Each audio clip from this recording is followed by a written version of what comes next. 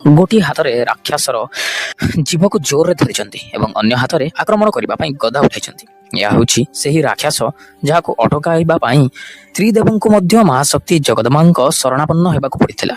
ଏହି ରହସ୍ୟମୟ କାହାଣୀର ଆରମ୍ଭ ହୋଇଥାଏ ସତ୍ୟଯୁଗରୁ। ଜଣେ ଭୟଙ୍କର ରାକ୍ଷସ ଥିଲା ଯାହାର ନାମ ମଦନାସୁର। ସେ କଠୋର ତପସ୍ୟା କରି ସୃଷ୍ଟିର ରଚୟିତା ବ୍ରହ୍ମଦେବଙ୍କ ଠାରୁ ବାକ୍ ସିଦ୍ଧିର ବରଦାନ ପାଇଥିଲା। ଏହାର ସିଧାସଳଖ ଅର୍ଥ ଥିଲା ଯେ ସେହି ରାକ୍ଷସ ମୁହଁରୁ ବାହାରୁଥିବା ପ୍ରତ୍ୟେକ କଥା ସତ ହୋଇଯିବ।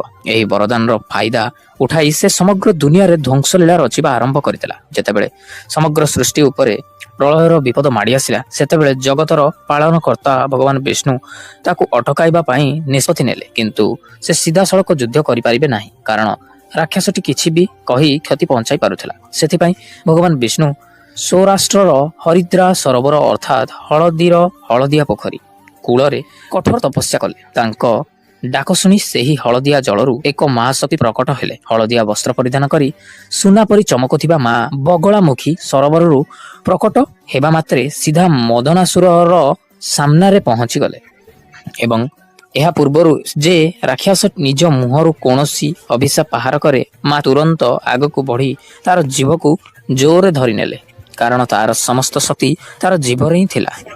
ଜୀବ ଧରିବା ମାତ୍ରେ ତାର ଶକ୍ତି ଶେଷ ହୋଇଗଲା ଏବଂ ସେ କିଛି ବି କରିପାରିଲା ନାହିଁ।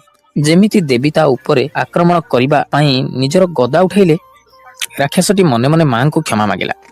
ମା ତାକୁ ଜୀବଦାନ ଦେଲେ, କିନ୍ତୁ ସବୁଦିନ ପାଇଁ ତାର ପାଟି ଚୁପ୍ କରିଦେଲେ। ଏଥିସହ ତାଙ୍କୁ ବରଦାନ ଦେଲେ ଯେ ସଂସାରର ଯେଉଁଠାରେ ବି ମୋର ପୂଜା ହେବ, ସେଠାରେ ମୋ ଚରଣରେ ତୋର ମଧ୍ୟ ଉପସ୍ଥିତ ରହିବ। ତେଣୁ କମେଣ୍ଟରେ ପୁଣ୍ୟ ବିଶ୍ୱାସର ସହିତ ଲେଖନ୍ତୁ ଜୟ ବା ବଗଳାମୁଖୀ। ଜୟ ଜଗନ୍ନାଥ, ଜୟ ଶ୍ରୀକୃଷ୍ଣ।